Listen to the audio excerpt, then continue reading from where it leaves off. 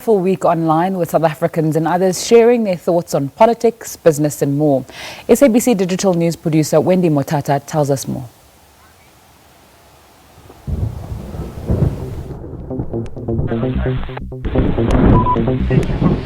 This week on Tech News, we feature Code Makers, a non-profit organization teaching learners around Durban how to code. But first, social media trends with Tonya Corrie. The public protector grabbed headlines across the country for various reasons this week. Firstly, the Concord judgment that left her with a bill of about 900,000 rand as she was found to have handled the ABSA incident incorrectly. Makobani constant back and forth with Gordon is another reason that she is on the charts. A recent spat with the president regarding the Basasa claims, that was also a big story. State capture inquiry hots up as we saw the Estina dairy farm project in the spotlight, and Mzwane and Makashula were named.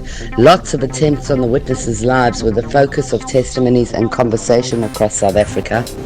As the nation tries to keep warm, the big freeze hit Cape Town this week, and other parts of the country have complained bitterly about the cold.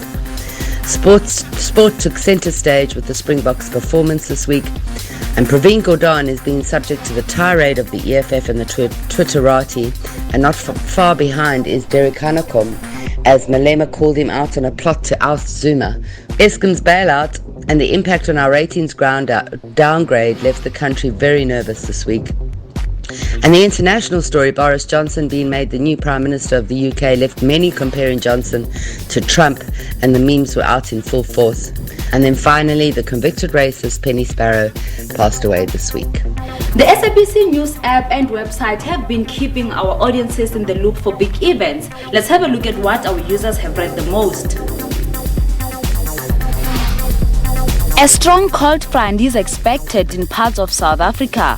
2 ANC members brutally killed in Mokopane. Third Division Austrian club signs Elvin Kanyerere Mudise. Court orders ANC to reinstate Ponani Makhubele to the National Council of Provinces.